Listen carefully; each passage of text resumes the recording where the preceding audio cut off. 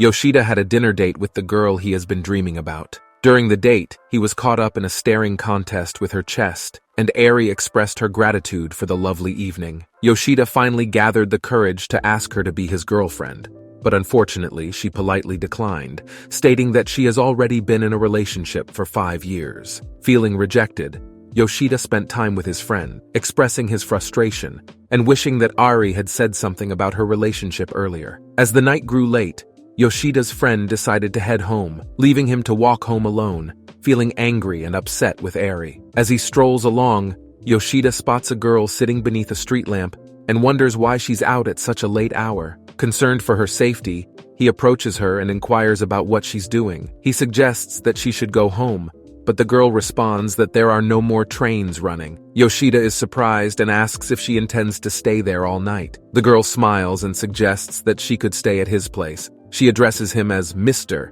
and asks him what kind of girl would stay at a stranger's place. She then reveals that she has nowhere else to go and no money to pay for accommodation. Yoshida is taken aback by her proposition and asks if he's expected to let her stay for free. To his surprise, the girl offers to have sex with him in exchange for a place to stay. Yoshida is alarmed by her words and wonders if all girls these days are like this. He eventually realizes that she's just a peculiar individual and firmly tells her not to make such jokes. The girl insists that Yoshida should let her stay for free, despite the state of his filthy apartment. Yoshida feels that it's not his problem to learn about her and plans to kick her out the next morning. He goes to bed and allows her to do as she pleases. However, she starts to undress and asks if he wants to do anything with her. Yoshida refuses and tells her that he's attracted to older women. The girl then asks if she can do anything for him, to which he responds by requesting miso soup made by a woman. Yoshida dozes off, leaving the girl alone with her thoughts. The next morning,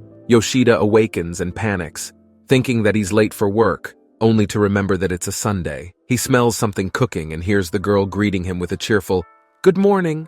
Yoshida wakes up confused and doesn't remember what happened the previous night. He questions why a high school girl is in his house, but she reminds him that he had agreed to let her stay. Yoshida is initially skeptical of her claim, but she insists that he did indeed agree to it. Worried that he may have done something inappropriate, Yoshida asks if he did anything to her. The girl stares at him, causing him to feel uneasy, but she assures him that she's just joking. She tells him that he refused to engage in any sexual activity with her, which he's relieved to hear. She then prepares miso soup for him, but Yoshida warns her not to make soup at a stranger's house. The girl points out that he was the one who asked for it and continues to call him Mr. Irritated by her nickname, Yoshida tells her to stop and asks her to leave. She questions if he really doesn't remember anything from the previous night, but Yoshida is still puzzled. As his memories start to return, he recalls her presence. The girl then asks for his name, and Yoshida introduces himself. She comments that he looks like a Yoshida and urges him to eat the soup she prepared. Irritated by her bossy behavior, Yoshida tells her not to tell him what to do. As Yoshida eats the miso soup, he realizes that it tastes good. The girl next to him asks if he would have preferred Eri to make it instead. Yoshida wonders how she knows Eri, and she reveals that he was saying her name in his sleep last night. Yoshida is taken aback and tells her that he doesn't need her to make him feel better. However, the girl begins to undress, revealing that she has large breasts. Yoshida is shocked and compares them to Eri's, which he thinks are even bigger. The girl asks him what cup size Eri is, and Yoshida tells her that they're F cups. She boasts that hers are also F cups, and adds that Eri's might be a G or H cup. Yoshida wishes he could have felt those H cups just once, but the girl interrupts his thoughts by asking if he wants to feel hers. Yoshida asks her why she's trying to seduce him. Sayu asks Yoshida why he keeps refusing her advances, and wonders if he's the abnormal one because no man has ever turned her down before. Yoshida grabs her and demands to know her name. Sayu reveals her real name and shows him her student ID, which indicates that she's from a distant location. Yoshida asks when she left home, and Sayu confesses that she's been gone for 6 months. She believes her family is better off without her. Yoshida questions how she plans to survive without going home or to school, and Sayu replies that she'll figure something out, like finding another place to stay. He suggests that she should work instead. After she tells him that she can't afford rent with just a part-time job, he offers to let her live with him. He stands up and says he'll knock some sense into her, calling her a brat who doesn't understand the value of things. She starts crying, and he wonders why she can't have a normal life and love like other teenagers. He decides to make her do the chores around the apartment as her first job. She comments that it sounds like she can stay with him forever, but he clarifies that she can only stay until she figures out what she wants to do. Yoshida thinks that this arrangement is better than letting Sayu continue to wander around and possibly fall into dangerous situations. However, he knows he needs to be cautious with his words so that she doesn't get too comfortable with the situation. He makes it clear to her that she can only stay until she stops behaving like a brat, and warns her that if she tries to seduce him again,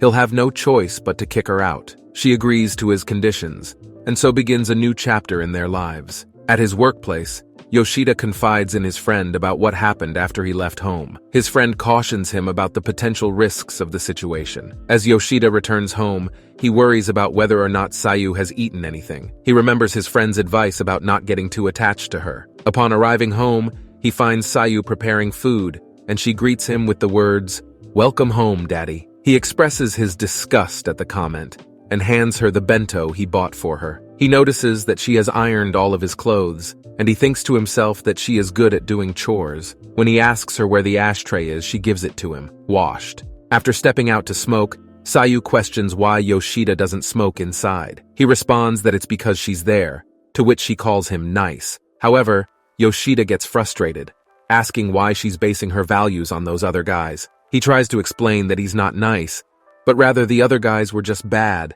and that she should have higher standards for herself. Sayu says that she understands, but Yoshida can't help but wonder why he's the only one taking care of her like a guardian. He reflects on how the world is full of awful people, including himself for providing her with a place to stay and enabling her to run away. He's unsure of what he should do next. The next morning, Yoshida hears Sayu in pain and finds out that she has been wearing the same clothes every day. Sayu tells him that it's the only thing she has. Feeling sympathetic, Yoshida decides to take her to a mall to buy her new clothes and a new mattress, since she wakes up in pain every morning. Sayu tries to refuse, saying that she won't know how to repay him. However, Yoshida realizes that she's not being modest, but instead is hesitant because she cannot repay him. He wonders why a child would think like that, and tells her that doing chores for him is enough of a repayment. Sayu agrees, and Yoshida feels that this should be enough of a reason. After sleeping on her new mattress, Sayu expresses her satisfaction with it,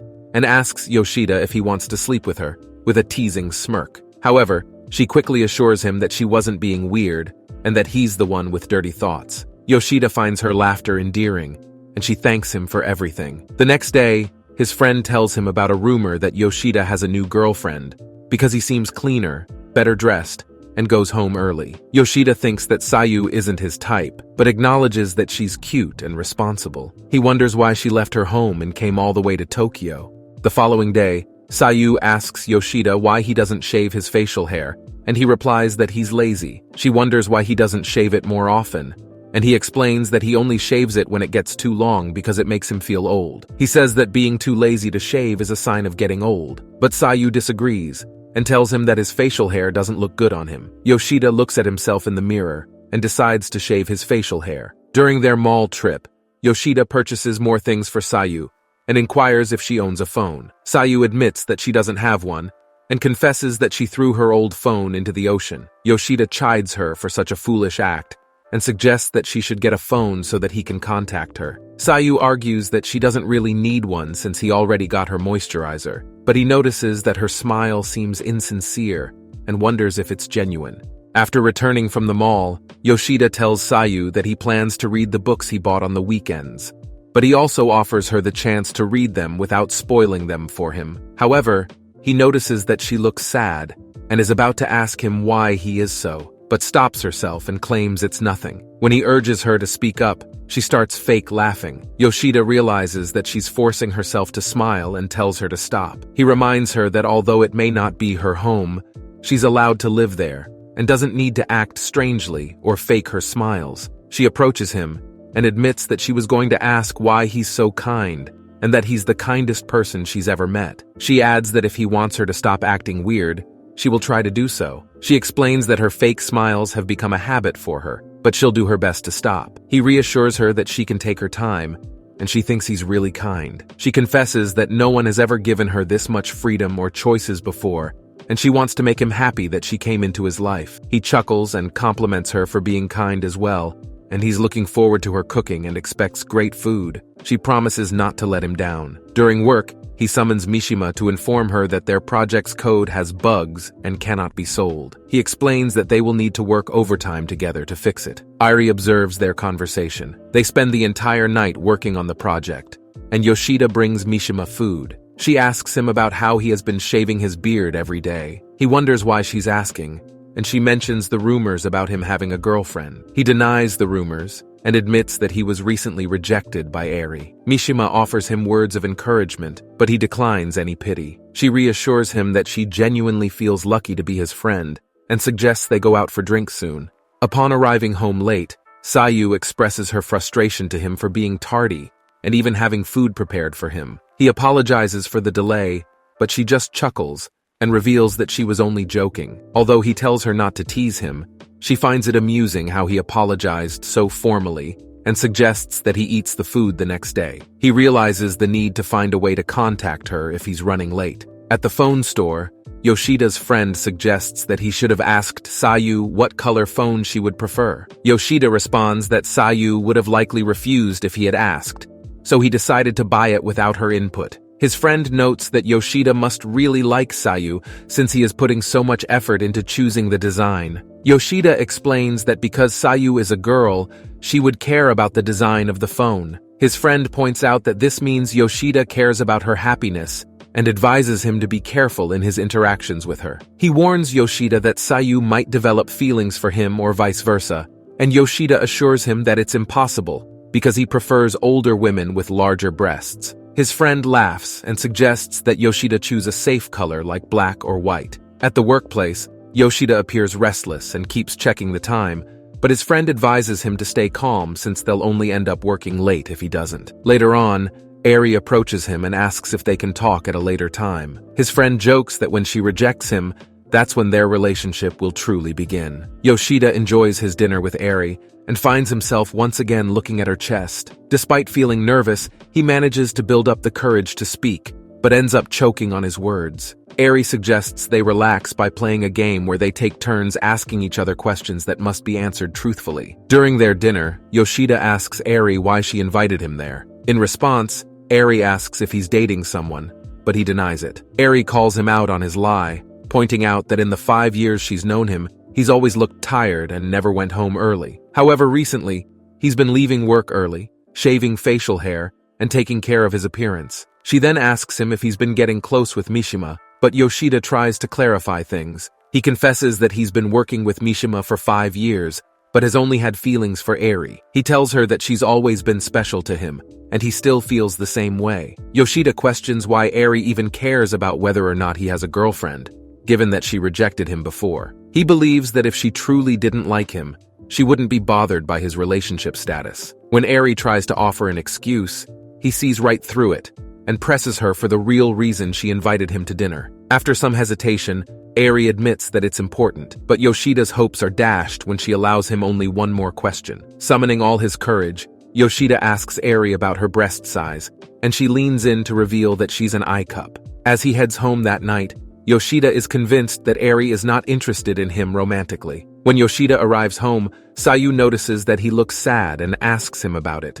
At first, he doesn't want to tell her, but eventually he confesses that he had dinner with Airi. Sayu asks him if it was fun, but he admits that it wasn't. She offers him a hug, which he accepts, and admits that it makes him feel better. Sayu then suggests that he take a shower to wash away any negative feelings, apart from him also smelling awful. Yoshida feels ashamed that he's seeking comfort from Sayu. As he sips his miso soup, he pulls out a gift from his bag and presents it to Sayu. She unwraps it to find a new phone, and she's surprised as to why he bought it for her. Yoshida admits that it's because he wants to be able to reach her when she's out. Sayu thanks him and asks if she can really have it. She notices that he also got her a white phone case, and she mentions that she likes the color white. Yoshida is pleased to hear that, and they proceed to add each other's contact information to their phones. Despite his friend's warning that he might fall for her, Yoshida still believes that he only sees Sayu as a young girl he needs to look after. Sayu notes that Yoshida is her only friend, and labels his contact as Yoshida-man, giving him a warm smile. Yoshida ponders about Sayu's genuine smile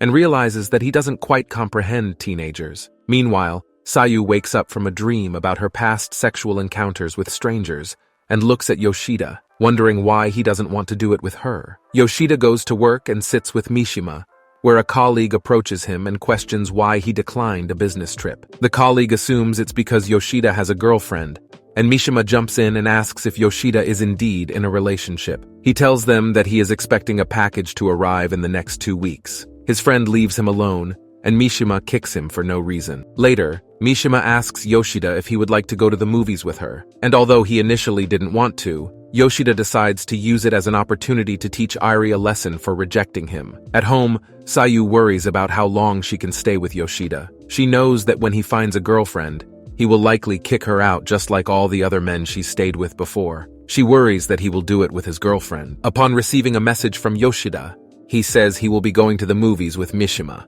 When the movie finishes, Yoshida mentions a quote from the professor, expressing the idea that encounters only feel fated after they happen. Mishima engages in philosophical conversation with Yoshida, while Sayu begins running away again. Yoshida asks Mishima if she has ever had a fated encounter, and she tells him she has, which leads to an awkward moment between them. Mishima hugs Yoshida, causing Sayu to feel sad and leave. Yoshida disentangles himself from Mishima and expresses his gratitude for coming with him to the movie. Mishima inquires what Yoshida would do if she were the person he is fated to meet, but Yoshida dismisses the idea as foolish and urges her to go home. As he walks back to his home, he wonders if his encounter with Sayu was destined by fate. Upon arriving home, he calls out to Sayu, but receives no response. Noticing that her phone is still at home, he becomes frantic and runs out to search for her, fearing that she may have been kidnapped. Meanwhile, Sayu wonders why Yoshida had that face with Mishima, a face he's never made when he's with Sayu.